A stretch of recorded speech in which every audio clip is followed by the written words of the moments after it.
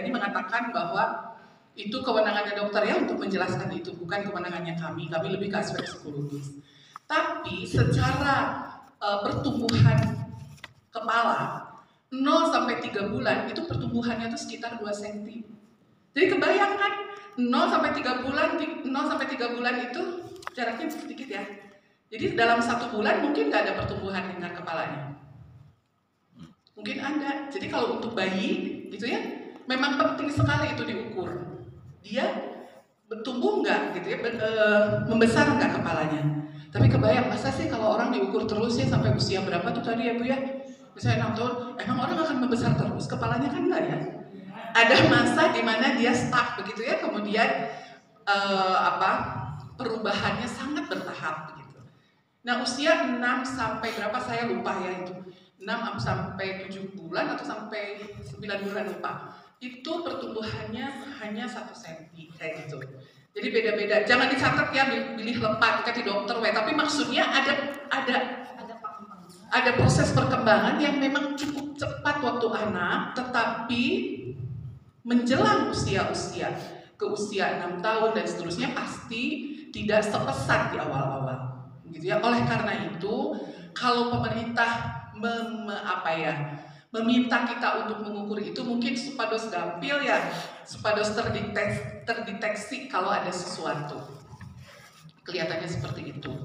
Memang untuk usia-usia lebih besar itu tidak perlu sebetulnya ya dilakukan tiap bulan, tapi nanti bisa ditanyakan ke dokternya. Mungkin ada sesuatu yang menjadi indikator. Saya tidak mempelajarinya ya. Nah, kemudian di sini untuk stimulasi ini memberi kesempatan pada anak untuk belajar mengenai lingkungan sehari-hari sejak usia dini.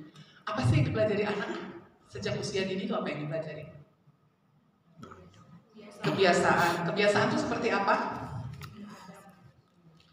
Ya? Cuci tangan sebelum makan. Berdoa, buang sampah. Ada sesuatu yang rutin, yang sehari-hari dilakukan. Itu melalui proses apa? Pembiasaan. Tadi yang dikatakan oleh Ibu Leni social learning theory. Jadi dengan dia melihat, kemudian dia modeling, melihat orang, itu berproseskan pada diri dia. Ada proses conditioning, ada proses pembiasaan. Zaman waktu saya kecil, ya nggak sebesar ini ya, macam waktu saya kecil, tapi juga mungkin waktu saya kecil berbeda berapa puluh tahun sama ibu-ibu ya. Dulu tuh tidak terbiasa cium tangan. Apa terbiasa zaman dulu cium tangan gitu? Itu baru muncul berapa belas tahun belakangan begitu ya. Itu proses pembiasaan. Ya, jadi dulu memberikan salam ke orang tua dengan cara yang berbeda. Tidak cium tangan begini, begitu ya. Sekarang kan umum ya. Cium tangan kalau zaman dulu itu adanya mungkin di pesantren begitu ya bangsa itu. Tapi kalau di keluarga-keluarga itu enggak. Sekarang kan lumrah nggak sekarang orang ini kita semua di Jawa Barat kan ya. Kunjungan itu sesuatu yang umum tidak? Udah hampir ada ya kunjungan kenawang sih cina gitu ya kalau buat anak sekarang. Kan kalau dulu waktu saya kecil diajarkan kan kunjungan itu kita harus rempuh gitu ya. Rempuh itu seperti apa? Anak sekarang nggak tahu. Tata krama. Ini kan gitu ya nggak ujuk-ujuk gitu nggak begitu kan? Ada prosesnya, kemudian ininya harus begitu, lututnya. Itu pembiasaan. Sebetulnya nilai apa yang ditanamkan? Etika. Sopan santun. Jadi nilai besarnya adalah nilai moral. Jadi anak distimulasi melalui kehidupan sehari-hari mengenai apa saja? Mengenai nilai-nilai yang ada di dalam masyarakat, yang ada di dalam keluarga, yang ada di lingkungannya. Ya, jadi itulah stimulasi. Itu stimulasi untuk kehidupan sehari-hari. Kemudian stimulasi untuk aspek kognitif misalnya. Apa sih aspek kognitif? Berpikir ya, berpikir. Kalau pada anak kecil sudah mulai berhitung belum? Belum, anak kecil kan belum ya, belum sampai ke situ gitu. Artinya yang dimaksud stimulasi untuk anak yang kecil 0 sampai 3 bulan misalnya, itu biasanya berupa apa? Rangsangnya. mengenal benda, mengenal orang dulu, ya kan? Diajak ketawa, dia ketawa, padahal dia mah ketawanya refleks. Diajak ketawa malaikat, biasanya kan suka gitu ya. Kalau itu, padahal sebetulnya itu refleks kan. Dia melihat ada stimulus baru, dia bereaksi terhadap stimulus tersebut. Dari situ pun kita sudah bisa melihat bahwa anak ini memang bisa fokus tidak pada stimulus yang baru. Bisa. Kita harus pada saat kita akan menstimulasi anak, kita harus membuka mata hati kita. Mata itu untuk apa? Untuk mengobservasi, untuk mengamati gerakan-gerakan, baik gerakan verbal maupun gerakan non-verbal dari anak. Hati kita harus dibuka, begitu ya, untuk melihat kenapa ya anak ini bereaksi begini, oh yang ini begini, begitu. Apa yang harus kita feedbackkan ke anak itu? Kita harus bereaksi seperti apa, begitu. Kan kalau untuk anak kecil feedback bukan dengan kata-kata ya, tapi dengan tindakan kita. Kata-kata mengiringi. Misalnya anak nangis. Nangis itu karena apa biasanya kalau anak kecil bayi baru lahir? Pengen pipis, pengen nenek, pengen ada sesuatu yang tidak nyaman. Kan kita pasti mengamati. Nah itu adalah stimulasi. Ya kita ngajak bicara nggak apa-apa walaupun dia belum mengerti gitu. Itu adalah stimulasi ya. Baik, selanjutnya Punten Teh Suci. Nah, pentingnya usia dini. Tadi dikatakan sinaps itu kan dia banyak sekali ya di usia 0 sampai 2 tahun. Kemudian kalau tidak digunakan dia akan luruh, tadi Bu Leni menjelaskan. Kita lihat di sini. Penelitian neurologi menunjukkan pentingnya usia dini sebagai peran kunci dalam perkembangan otak anak. Jadi nyambung antara stimulasi dengan apa yang tadi dijelaskan sebelumnya, ya, dengan perkembangan sinaps di dalam otak manusia. Jadi pengalaman pada usia dini ini untuk menjalin kedekatan dengan orang tua dan pengalaman belajar yang dialami oleh anak. Dia berperan banyak terhadap perkembangan fisik, kognitif, emosi, dan sosial pada anak. Coba kita lihat dari kalimat tersebut, apa yang penting, kunci pentingnya apa? Memberikan pengalaman. Kemudian menjalin apa? Kedekatan. Kedekatan itu menjadi sangat penting antara kita dengan anak kita, antara kita sebagai guru di sekolah dengan siswa. Guru, apalagi ya guru PAUD ya, itu kan awal-awal kehidupan anak ya.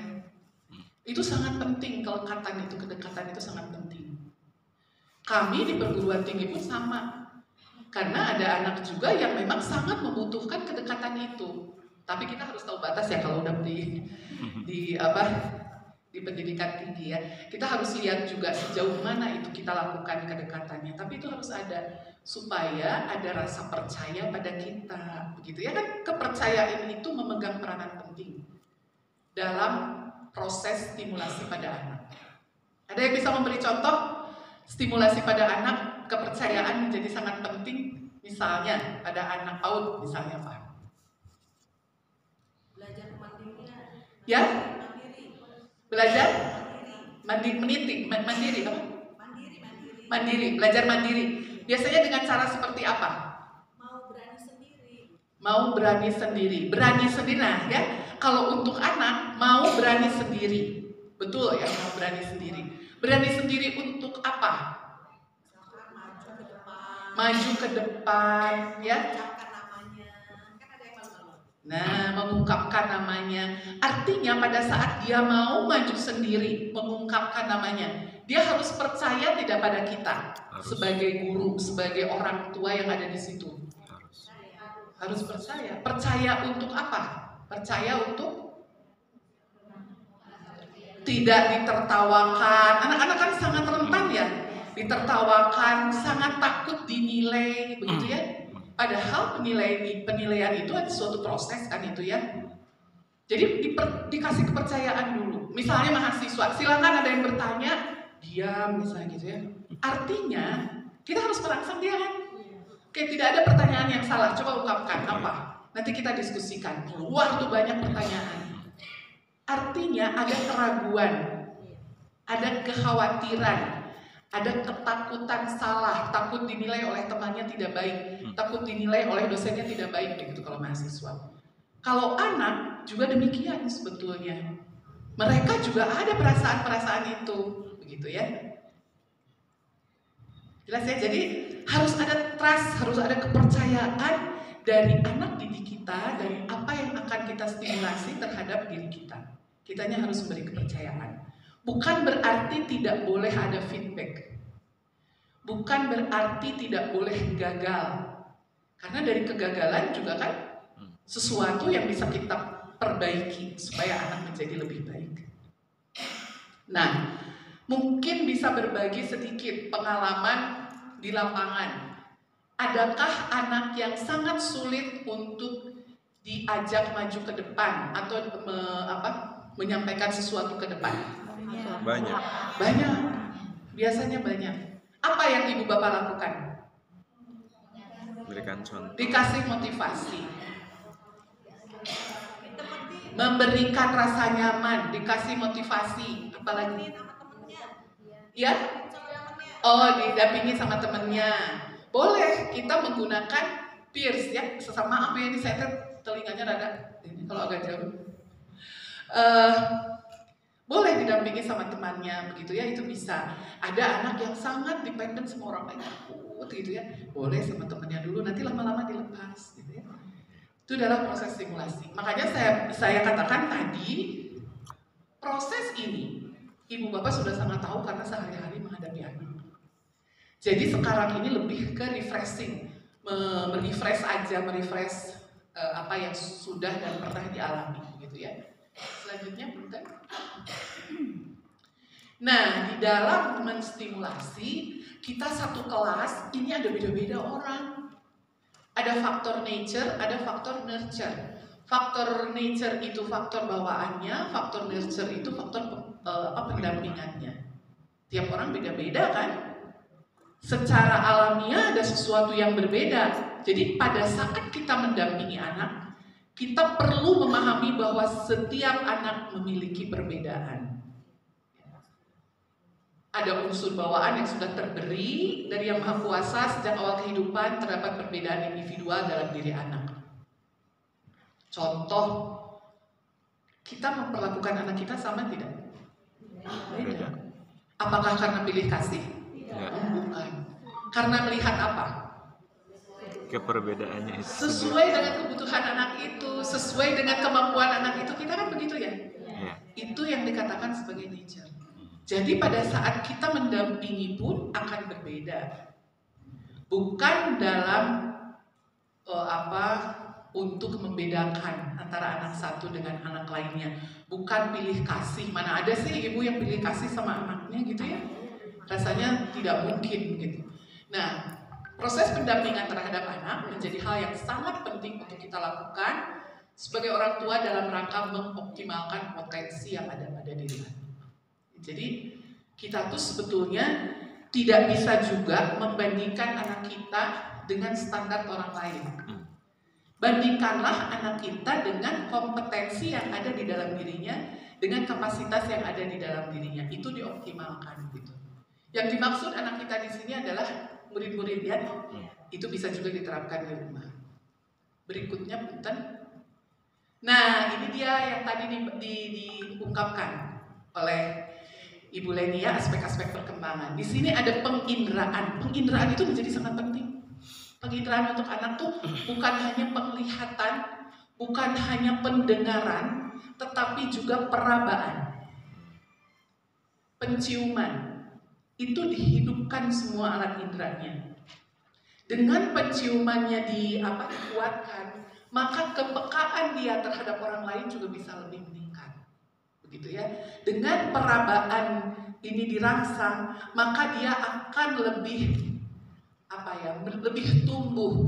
Bagaimana sih rasanya kalau misalnya dilus? Kita tidak biasa mengelus, ya, tidak terbiasa. Tapi kalau sekarang sudah mulai terbiasa mengelus anak, gitu ya, tidak terbiasa kan? Apalagi kalau anak udah remaja, ya biasanya paling ditepuk-tepuk aja.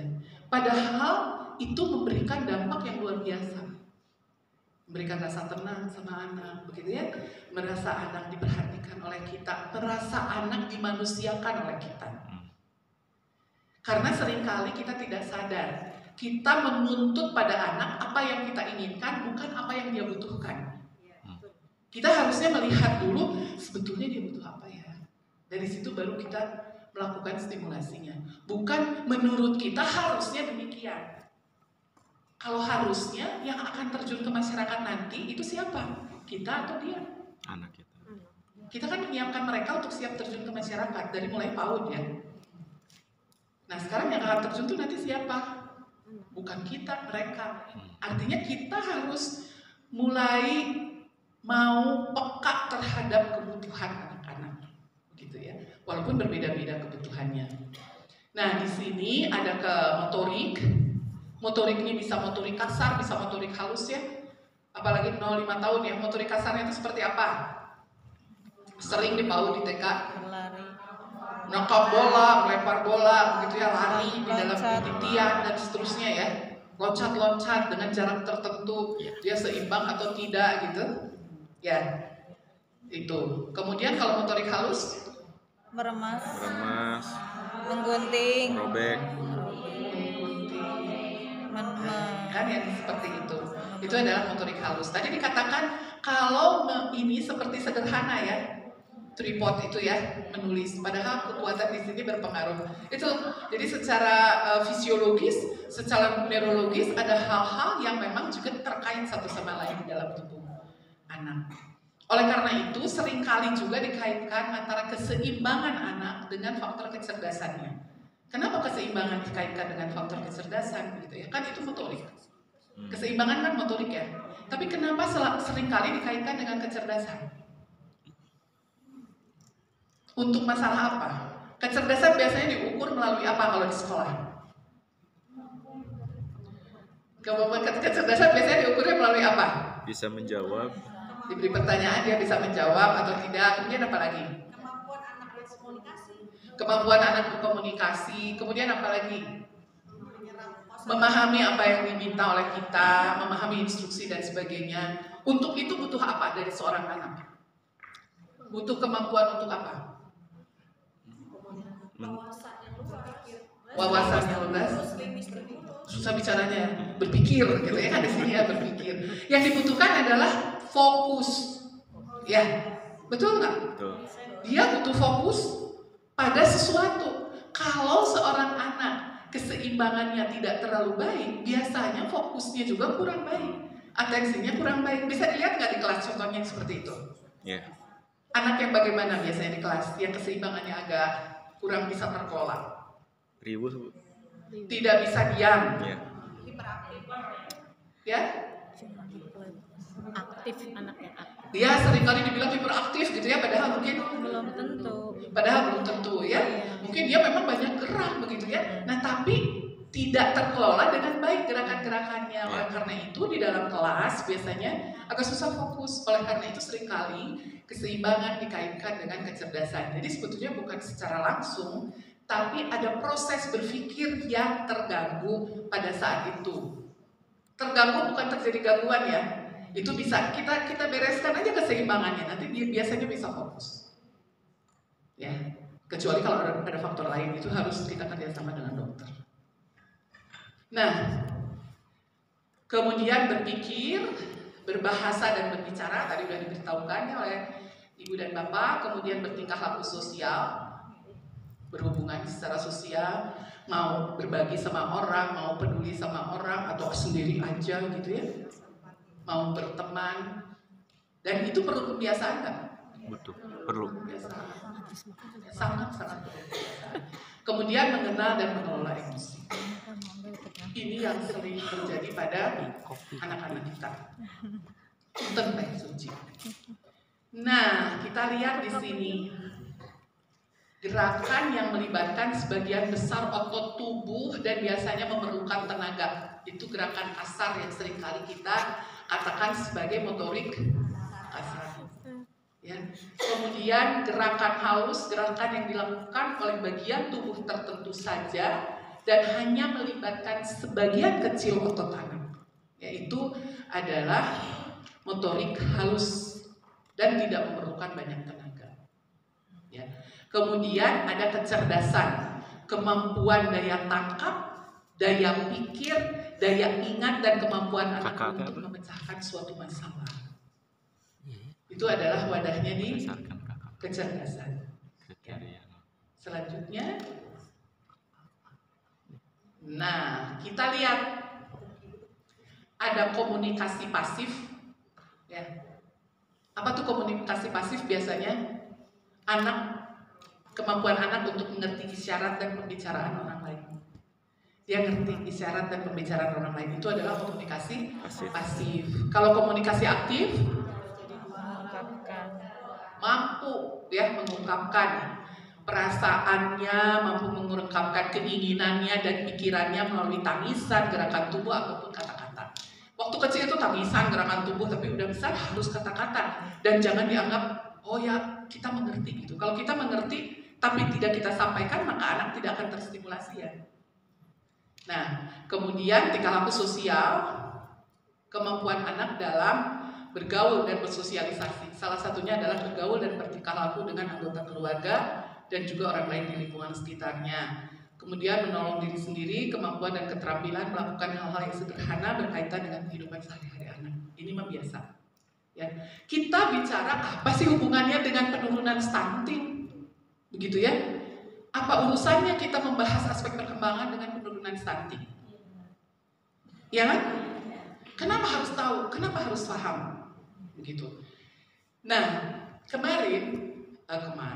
tahun lalu, ya, dilakukanlah suatu penelitian mengenai aspek perkembangan apa saja sih yang merupakan faktor pembeda bagi anak stunting dan tidak stunting. Ya, kan selama ini diukurnya berdasarkan medis saja. Ya, kemudian ada isi piringku, ya, untuk gizi itu penting. Ya, kemudian pada anak SMP sekarang dikasih vitamin. Ya kan sekarang ada gerakan itu dikasih vitamin apa? Tambah darah. Nah, tambah darah dan seterusnya ya.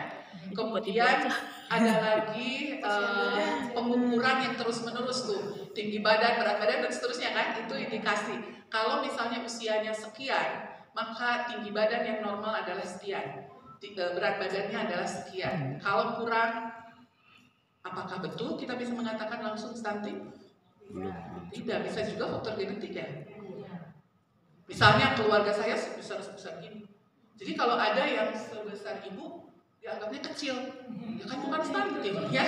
Maksudnya kalau di keluarga saya bukan stunting. Ini aja terlalu besar-besar gitu. Tapi untuk stunting itu udah ukurannya memang. Tinggi badan berapa, usia berapa gitu kan, ditimbang di posyandu biasanya itu ada ya. Nah, mengapa sekarang kita harus membahas tentang semua hal mengenai karakteristik perkembangan? Dilakukanlah suatu penelitian. Jadi bekerja sama waktu kemarin ini, karena ini merupakan program pemerintah ya untuk penurunan stunting. Aspek apa sih sebetulnya yang harus kita deteksi juga untuk mengetahui bahwa dia ada keterlambatan di aspek mana untuk anak yang cenderung memiliki kecenderungan stunting. Jadi alat itu bukan untuk menentukan stunting atau tidak, tapi orang yang sudah diukur ya, sudah dikatakan stunting, itu kita lihat aspek perkembangannya seperti apa, begitu. Tahu KKA, kartu kembang anak? Tahu ya, itu yang mengeluarkan BKKBN. Nah, di kartu kembang anak itu kan ada beberapa sampai ada 60 lebih ya items yang mengatur pernyataan-pernyataan yang melihat aspek-aspek perkembangan. Kemudian dilakukanlah penelitiannya pada tahun 2022 itu di lokus-lokus stunting. Waktu itu lokus stunting Jawa Barat yang diminta ke kami untuk dilakukan penelitiannya di daerah Ciamis, kemudian di daerah Ciawi, Tasik, kemudian di daerah Sumedang. Sumedangnya di daerah Jatigede, kemudian daerah namanya lupa, ada 3 daerah yang memang lokus stunting itu dicari oleh BKKBN. Jadi kami bekerja sama dengan BKKBN. Dari hasil penelitian itu di lokus-lokus stunting itu, kita turun ke lapangan, melihat di posyandu pengukuran, kemudian melihat ke dokter datanya yang mana saja, dilakukanlah pengukuran. sebetulnya aspek mana sih yang membedakan stunting dan tidak stunting. Ternyata untuk deteksi awal hanya 4 dari hasil penelitian tersebut, 4 aspek. Kalau komunikasi pasifnya tidak bagus, itu menjadi faktor pembeda. Kalau komunikasi aktifnya tidak bagus, itu menjadi faktor pembeda. Kalau motorik kasarnya tidak bagus dibandingkan dengan usianya, itu faktor pembeda. Motorik halus tidak bagus, itu faktor pembeda, dan kecerdasan. Aspek-aspek yang lainnya bukan tidak penting, karena dia akan mengikuti. Oleh karena itu, diberikanlah pelatihan untuk percepatan penurunan stunting pada kader. Begitu. Jadi kader-kader itu diberikanlah oleh kita caranya bagaimana menstimulasi aspek-aspek tersebut. Komunikasi pasif, motorik kasar, motorik halus, kemudian kecerdasan. Jadi jangan dianggap komunikasi pasif itu sesuatu yang tidak penting, ternyata itu penting sekali. Gitu. Dan dari literatur yang ada, dari jurnal-jurnal penelitian yang lain di luar maupun di dalam, ternyata memang betul terkonfirmasi, terbuktikan, oh ternyata betul 4 aspek itu yang perlu untuk kita stimulasi betul, begitu ya, pada anak-anak kita, agar ada percepatan paling tidak pada pertumbuhan aspek perkembangannya. Sampai sini ada pertanyaan? Jadi kalau kita observasi anak itu stunting, dilihat dari kecerdasannya, dilihat dari motorik halus, motorik kasar. Kalau memang tidak seimbang itu stunting. Nah, kita tidak berhak mengatakan stunting atau tidak stunting, ya. Tapi pada saat sudah direkomendasi oleh dokter, karena dokter yang harus merekomendasikan terlebih dahulu. Oh, anak ini kecenderungannya stunting, dilihat dari berbagai macam halnya. Oke, setelah itu ada, kemudian kita ukurlah aspek-aspeknya. Keempat aspek itu bisa kita stimulasi lebih keras. Aspek motorik, komunikasi pasif, aspek motorik kasar, motorik halus, dan kecerdasannya. Ya, itu diperkuat gitu, agar aspek perkembangannya tidak mengalami keterlambatan. Jadi bukan untuk mendeteksi stunting atau tidak stunting, tapi paling tidak pada saat sudah ditentukan, oh anak ini stunting. Oke, bukan berarti stunting itu kan segalanya jadi habis ya. Tidak berhak mengatakan ini stunting tidak stunting karena pengukuran aspek perkembangan, bukan. Tapi si aspek perkembangan ini adalah untuk menstimulasi kemampuan yang tadi 4 itu, dan itu akan seperti bola biliar. Dia akan menyentuh nanti, oh sosialnya akan bagus, oh ininya akan bagus kalau dia pun bagus di 4 aspek itu. Jadi kita mencoba untuk mengoptimalkan kondisi yang ada pada anak. Bisa jelas? Bagus pertanyaannya. Karena nanti khawatir salah kaprah ya. Khawatir salah kaprah seorang orang. Ya, seolah-olah bahwa oh ini tuh untuk mendeteksi anak stunting atau tidak stunting, bukan. Tapi justru kita nanti melihat bahwa pada anak stunting apa yang harus kita optimalkan untuk aspek perkembangannya gitu. Supaya tidak mengalami keterlambatan. Ada lagi pertanyaan? Yang sulit. Assalamualaikum warahmatullahi wabarakatuh. Waalaikumsalam. Saya dari Kota Tasik. Kebetulan mungkin yang kemarin saya ikut juga workshop yang angkatan ke-1 tentang stunting itu kan dilihatnya kami mempunyai data dari Posyandu. Nah, sedangkan dari Posyandu itu dari 0 sampai 2 tahun. Nah, kami di sini kan guru PAUD, guru TK gitu. Kami guru TK. TK kami merekrut itu 4 tahun sampai 6 tahun. Nah, untuk melihat ciri-ciri anak yang stunting itu kan kami juga kemarin ada semua pengurus gitu, pengurus IGTKI dan pengawas juga diberi beban untuk memberikan telur dari dinas ya, dari dinas ke anak yang memang stunting gitu.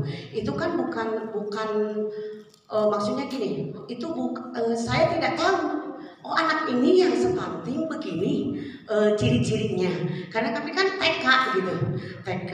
Nah, yang kami pertanyakan, kami belum tahu itu anak itu stunting gitu kan, stunting. Tetapi kok dikasihnya gitu seperti PMT kan itu, PMT gitu, kalau di TK itu PMT-nya pemberian makanan tambahan. Kok kami bukannya kader posyandu gitu, bukannya kader posyandu, kan kami belum tahu itu anak itu stunting atau tidaknya gitu. Yang kami tahu kalau memang sudah masuk ke TK gitu. Terus kan kalau stunting itu bisa disembuhkan katanya gitu ya, bisa disembuhkan. Nah, cara menyembuhkan untuk memang kalau dia masuk ke TK itu kami yang mungkin itu menjadi ranah saya gitu ya, ranah guru TK gitu yang harus menstimulasi kata ibu tadi untuk berbicara aktif gitu ya, kalau memang dia itu terus kecerdasannya, terus motorik kasarnya macam itu. Nah, itu mungkin yang akan kami perbaiki kalau memang itu benar-benar dari posyandu itu ada laporan bahwa anak ini pernah stunting gitu ya. Itu mungkin Bu. Baik, terima kasih Bu. Betul Bu, jadi memang kalau stunting itu kan biasanya diidentifikasi dari 3 tahun pertama begitu ya, dikatakannya ya golden age-nya itu kan ya, jadi 0-3 tahun. Tampaknya kalau saya mencoba, karena saya juga bukan ada di tim pemerintah untuk program tersebut, tampaknya itu adalah untuk preventif, untuk pencegahan. Jadi sekarang stunting itu dititipkan kemana-mana, dari ke posyandu, ke PAUD dan seterusnya.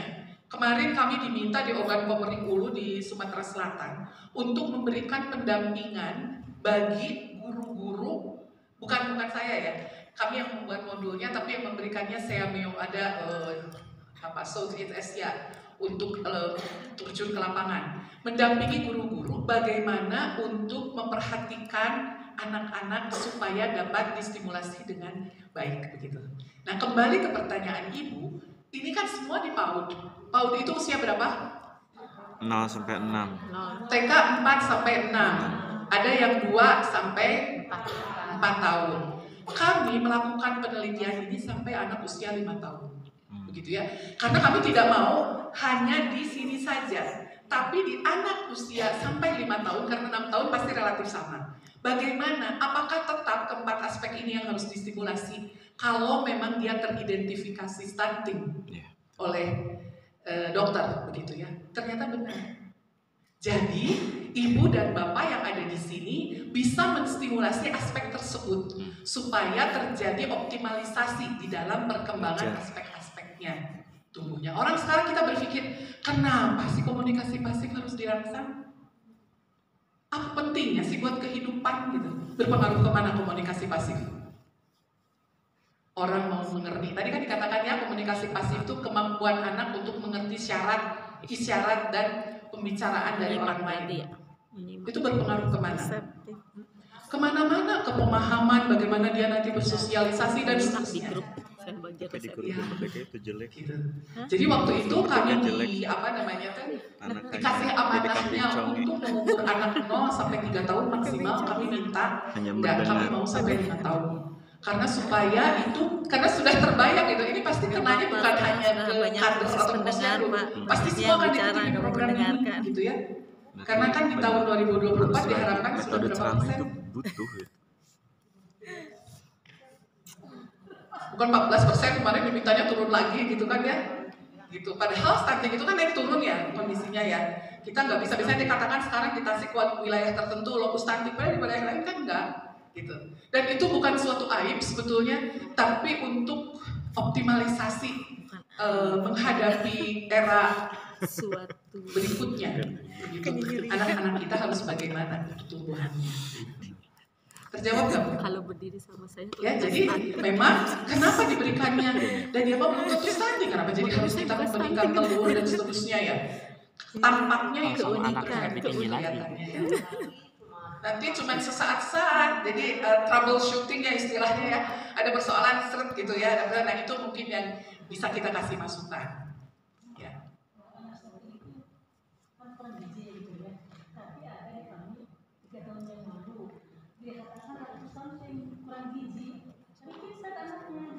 Iya, tidak selalu, tidak otomatis.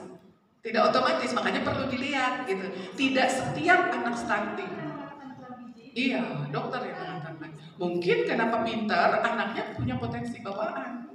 Tapi sampai kapan dia bisa bertahan seperti itu? Kalau tidak dioptimalkan dari aspek internalnya. Artinya gizinya dikuatkan dan seterusnya. Gitu, karena kan makin berkembang kehidupan, tantangan makin banyak, penyelesaian persoalannya makin kompleks tidak? Makin kompleks. Mampukah anak akan menghadapi itu yang harus disiapkan. Isinya belanja. Ya, ada faktor bawaan itu. Kalau keluarganya paranoid, emang kita bilang itu stunting. Ya enggak kan, gitu ya. Ada sahabat saya yang boleh lihat. Itu tingginya sesiapa ya? Kamu tidak bisa nyari pada voucher. Kalau dilihat mungkin kalau orang lihatnya stunting gitu ya. Enggak stunting, dia pintar kok sampai doktor. Ya maksudnya tidak semua orang pendek kemudian dengan ini terbatas itu stunting. Makanya dokter yang harus menentukan, bukan kita. Nah, sekarang kita lihat stimulasi itu melalui apa saja? B.J. Habibie. Jangan salah. Proses stimulasi pada orang itu melalui apa saja? Ya, kalau kita lihat stimulasi psikososial di sini, lingkungan memberikan stimulasi fisik pada anak melalui rangsang sensori. Rangsang sensori itu apa sih?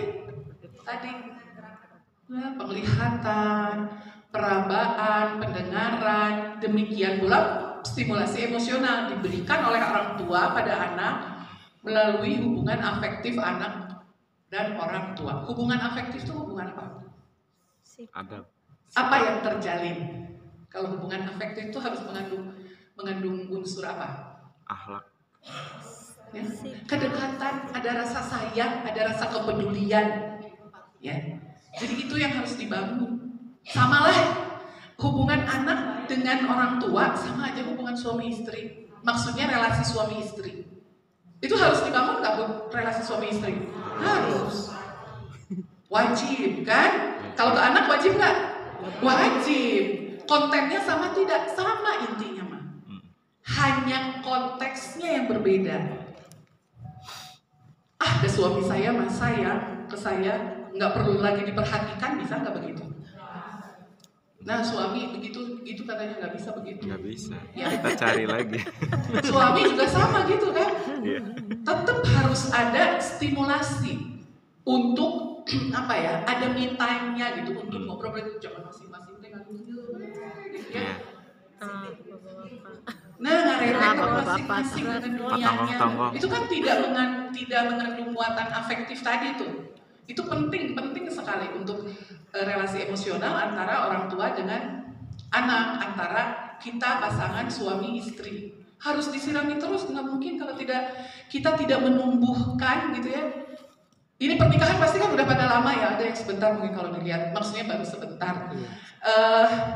Kan itu tidak bisa berjalan begitu saja ya. Harus ditumbuhkan rasa itu. Jangan jadi rutinitas, ada biasa kayak gitu. Ada biasa kayak kepek ngalieu ka batur lieur. Ya. Iya. Itu.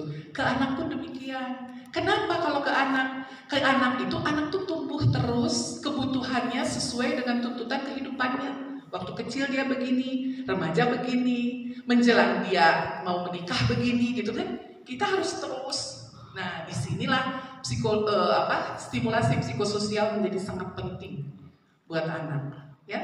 Jadi melalui perabaan, penglihatan, pendengaran, begitu ya. Kemudian melalui stimulasi emosional. Sampai sini ada pertanyaan atau ada komentar? Cari gratis Ya, silakan yang di belakang. Boleh ke depan. Kenapa Kenapa coba balik ke depan, saya belakang sebetulnya ya. Tapi ini lutut saya tuh bermasalah. Strategi. Saya udah biasa dan gendut. Saya mikir deh. Baik, terima kasih Ibu untuk waktunya. Di sini mungkin agak sedikit melenceng kali ya, terkaitan dengan stimulasi atau pengasuhan yang akan nanti kita jalankan. Keterkaitan dengan mungkin ada hubungannya antara gizi buruk dengan stunting gitu ya. Kalau gizi buruk mah kan mungkin kita kan kelihatan secara kasat mata.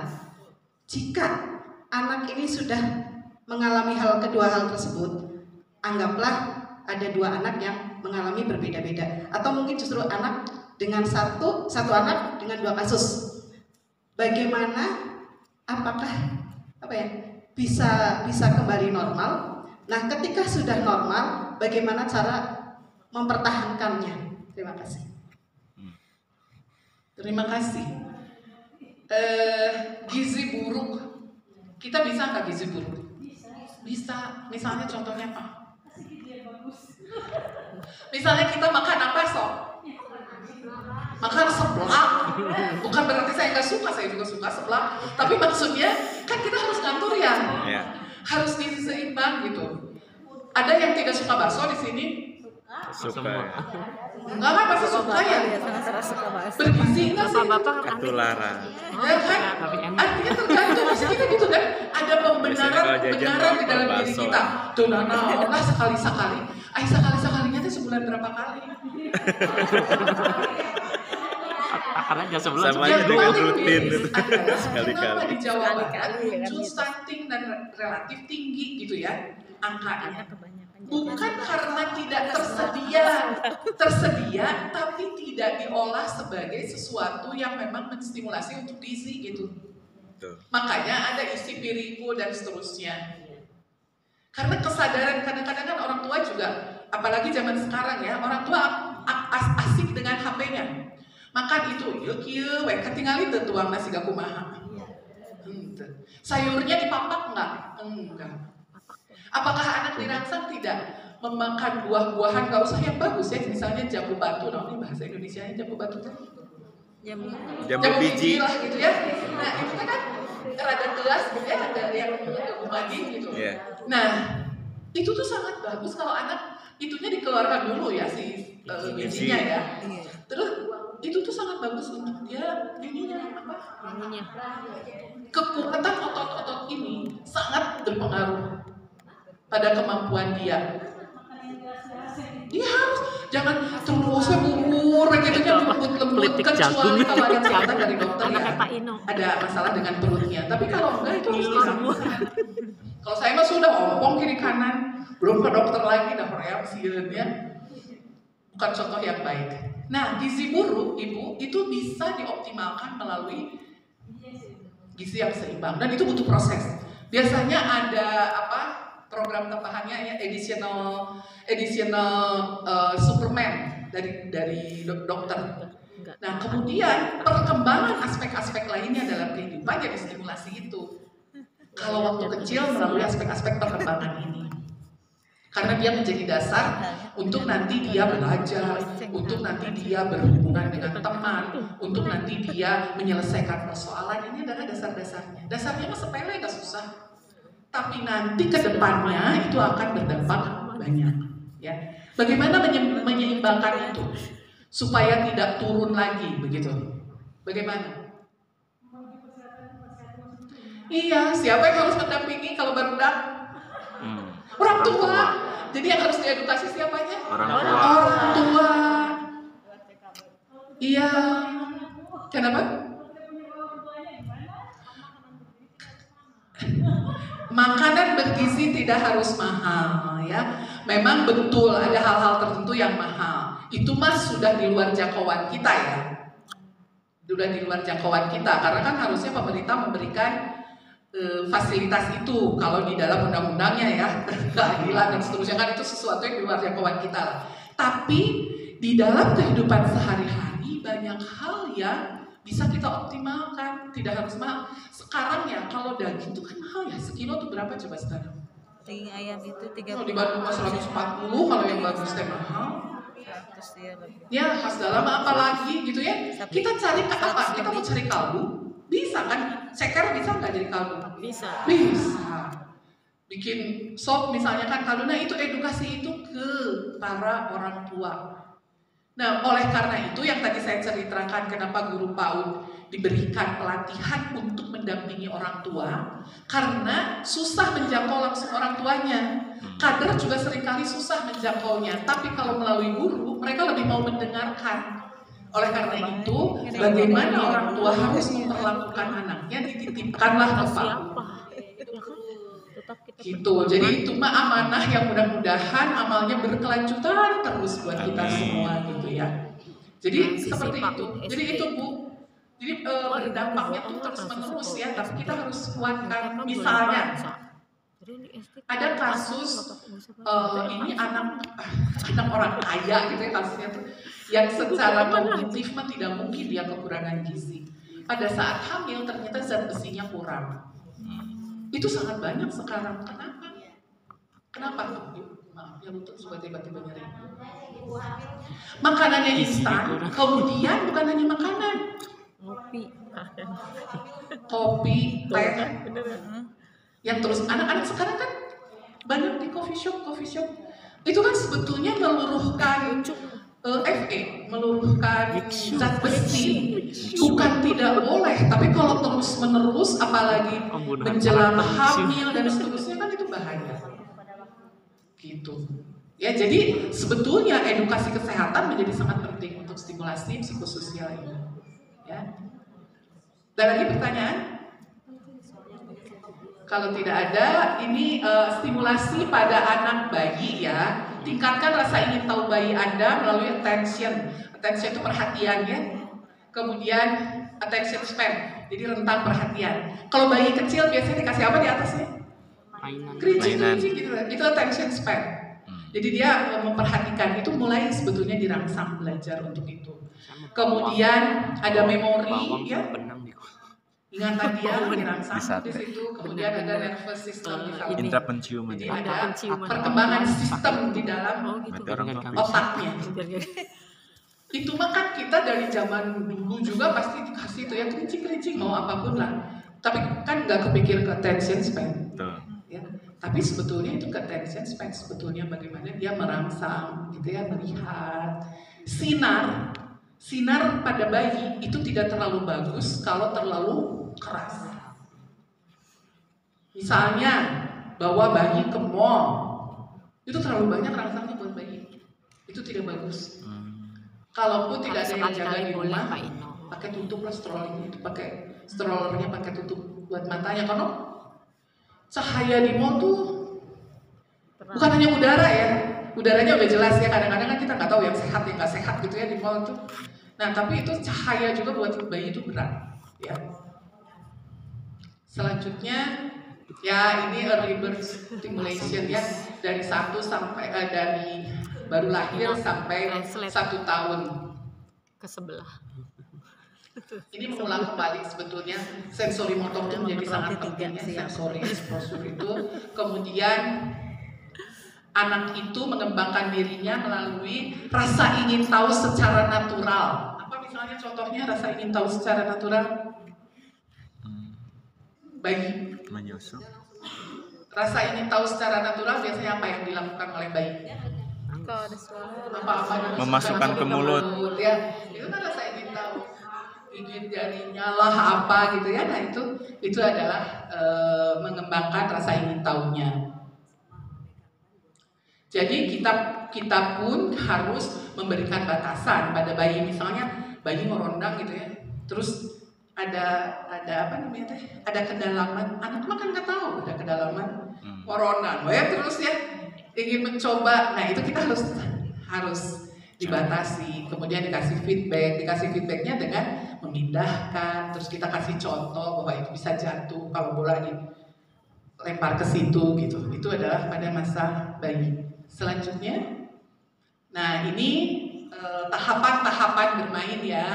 Di sini kita bisa lihat kalau anak tuh biasanya bermain awalnya bagaimana? Bermain atau bermain sendiri? main sendiri. Awalnya mah bermain sendiri ya, hanya berada bersama-sama gitu ya. Iya. Ada teman. Suka nonton artis nggak? Anak-anaknya artis? Ya, siapa yang suka dilihat? Anaknya Raffi Ahmad, siapa? Cipung. Terus anaknya siapa lagi? Surya Ricis. Anaknya Nikita Willy. Terus anaknya siapa lagi? Anaknya Atta. Oke. Itu mereka kan suka dimainkan bersama ya? Nah itu fase bermainnya masih bermain apa? Sendiri-sendiri kan? Ya. Distimulasi oleh orang lain nggak? Untuk dia salaman, itu makanya itunya yang bikin kontennya kan? Iya. Mungkin dia lagi apa, wah seolah-olah apa, padahal buat anaknya makan belum. Nggak tahu, dia mau bermain biasa aja masing-masing gitu ya. Bodohan publik. Nah, hal-hal seperti itu. Kemudian dia mulai Yang mengamati, nontonnya aja, ya, kemudian terbodohi. main ada bersama-sama, tapi paralel masing-masing aja gitu ya. Tapi untuk Tapi ada konten sama-sama. hiburan sih mungkin masuk. Kemudian barulah dia bisa bermain asosiatif. Asosiatif teh itu sering tuh di PAUD ya. Misalnya jadi guru, jadi dokter, jadi apa, jadi polisi gitu ya, bermain peran. Nah, istilahnya kan bermain peran. Kemudian kooperatif. Kooperatif ini apa? Kerjasama. Main Lego bersama, nyusun balon. Nah, harus kooperatif ya sama temannya, tarik-tarikan. Nanti kita melerai nggak mereka? Kalau misalnya yang satu agak dominan gitu ya, punya kekuatan lebih gitu, pasti kan kita mengedukasi mereka gitu ya untuk lebih kooperatif. Nah, untuk suportif terhadap anak, modalnya apa? Modal ini semua sudah ada pada ibu dan bapak sekalian.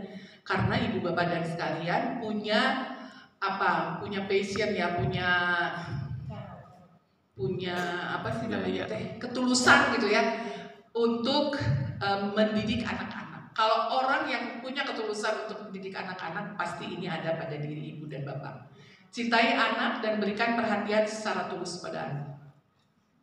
Itu pasti ada. Bahwa anak itu memiliki kebutuhan khusus, bahwa anak itu harus lebih diperhatikan karena perbedaan perilakunya, itu karena ketulusan. Kalaupun kita menegur atau kalau kita memberitahu, itu bukan karena kita benci kan, karena kita ingin memperbaiki anak tersebut, begitu. Ya, harus ada pujian. Dorong anak untuk mencoba sesuatu yang baru. Jangan takut gagal gitu ya. Biasanya kan orang suka takut gagal, kegagalan pasti ada. Dalam hidup ada nggak yang tidak punya gagal? Nggak ada, semuanya Nggak pernah. ada, pasti pernah gagal. Sering mungkin ya. Sering. Sering mungkin gagal ya. Tapi gagal itu bukan untuk kita terus jadi diam kan. Ya. Kegagalan itu adalah sesuatu yang seringkali juga karena harapan terlalu tinggi. Iya teorinya ya, padahal THC ya melakukannya, tapi betul. Jadi kadang-kadang kita terlalu tinggi harapannya, kita tidak melihat kondisi kitanya seperti apa. Saya nggak pakai contoh orang lain ya, pakai contoh diri sendiri aja. Waktu saya lulus SMA, tahun seberapa ya ibu? Lulus SMA tahun 77. Wah, saya baru lahir. Belum lahir. Belum. Iya belum ada ya. Belum ada Pak Ino ya, saya baru lahir. Belum dilahirkan, belum direncanakan. Belum direncanakan, belum dilahirkan. Kedua lahir. Jadi sekarang saya masih muda, usianya masih 46. Ya. Dibalik. Nah, dibalik ya. Itu waktu saya lulus SMA, biasa kan anak SMA ya. Mau masuk melanjutkan kemana, gitu kan? Saya mau ke ITB, mau ke kedokteran, gaya banget ya, gitu.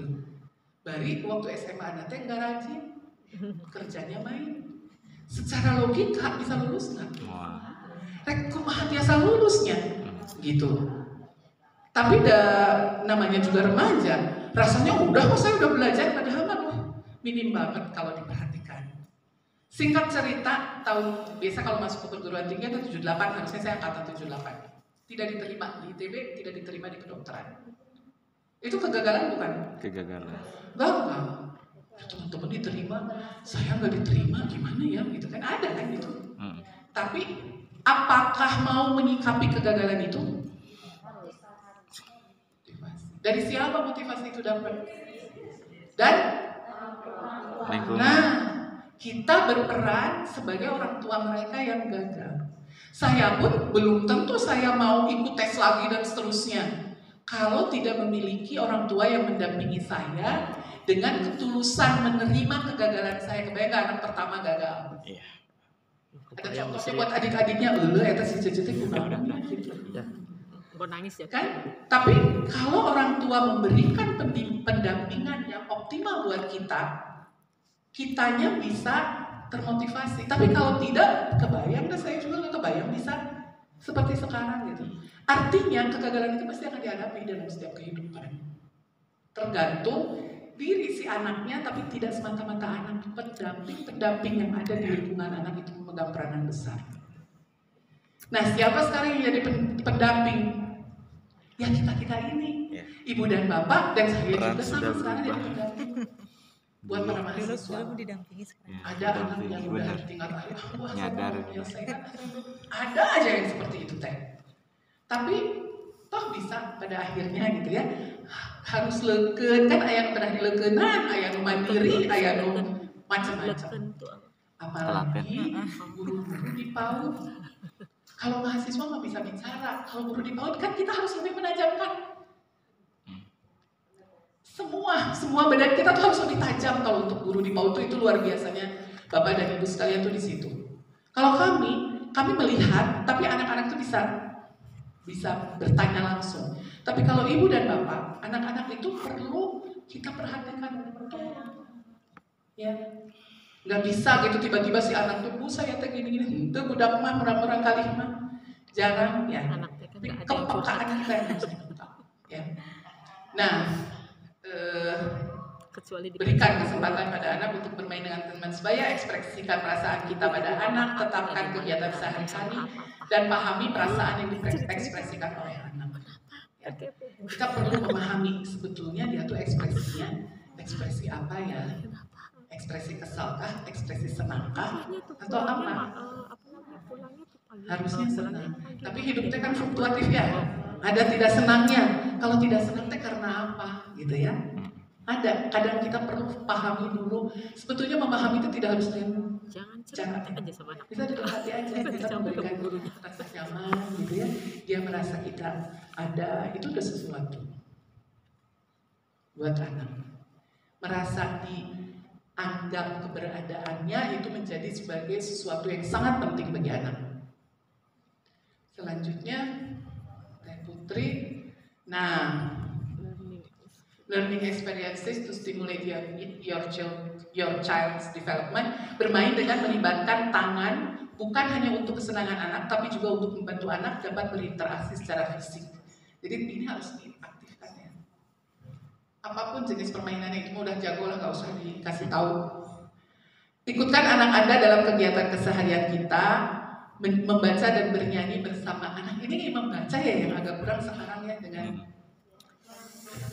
gadget, dengan ini Korea. membaca melalui gadget sama tidak dengan membaca dengan buku? Tidak sama. Tidak. Ada apa kalau dengan buku? Tidak. Nah, kalau sekarang tuh buku kurang menarik perhatian anak ya, karena di itu tuh banyak sekali infografisnya tuh menarik gitu ya buat anaknya. Sementara buku tuh kurang. Berarti apa yang harus dikuatkan oleh kita? Ceritanya, dengan intonasi, dengan apa gitu, itu menjadi sangat penting buat anak. Karena dunianya memang harus diseimbangkan ya.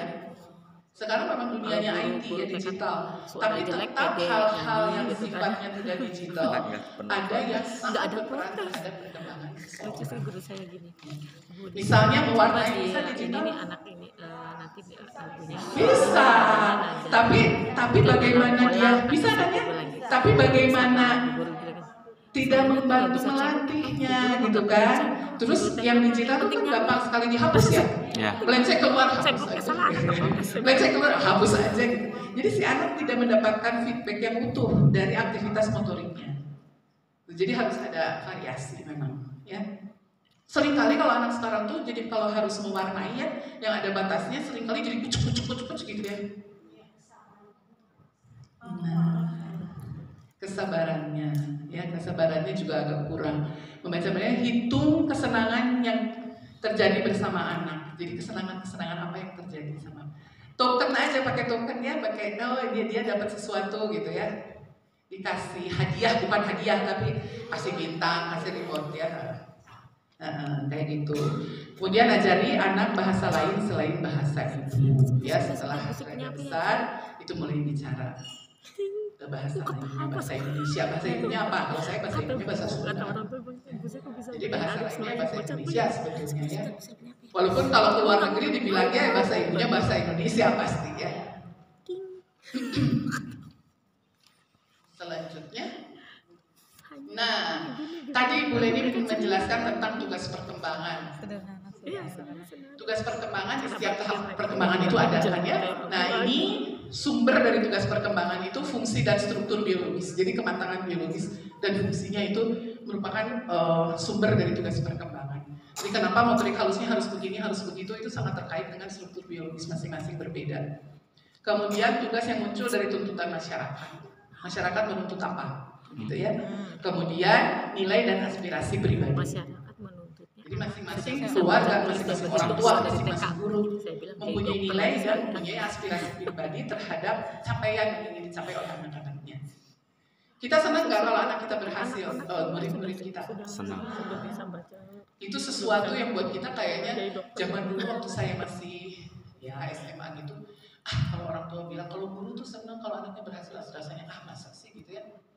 Asa bohong gitu ya, maksud waktu masih kecil gitu, ini asa berlebihan. Tapi sekarang bisa merasakan itu. Pada saat anak-anak kita berhasil, ada kebanggaan, nggak perlu tahu sih anaknya, mah kita lihat dia di tempat lain gitu kan, itu jadi gini ya, itu jadi gini ya gitu, seneng banget gitu. Memang ada sesuatu buat kita kan rasanya nggak juga ya, orang ketemu juga enggak gitu. Tapi buat kita itu sesuatu. Nah ini penting, nilai dan aspirasi pribadi. Karena pada saat kita mendampingi, mendidik anak, baik anak sendiri maupun anak yang kita didik, sebetulnya kita menyiapkan mereka untuk kemana? Ke masyarakat, turun ke masyarakat. Oleh karena itu, kenapa percepatan penurunan stunting ini menjadi penting? Diharapkan mereka-mereka ini dengan distimulasi optimal untuk aspek-aspek perkembangannya, maka kedepannya dapat terjun ke masyarakat dengan baik sesuai kondisinya masing-masing. Itu yang diharapkan secara menyeluruh begitu. Selanjutnya, ini mah contoh-contoh stimulasi mah nggak perlu ya Teh Putri yang menangkap Putri Suci, Teh Suci itu mah tidak perlu. Nah sekarang coba, karena ini ibu-ibu ini semua guru, semua bermain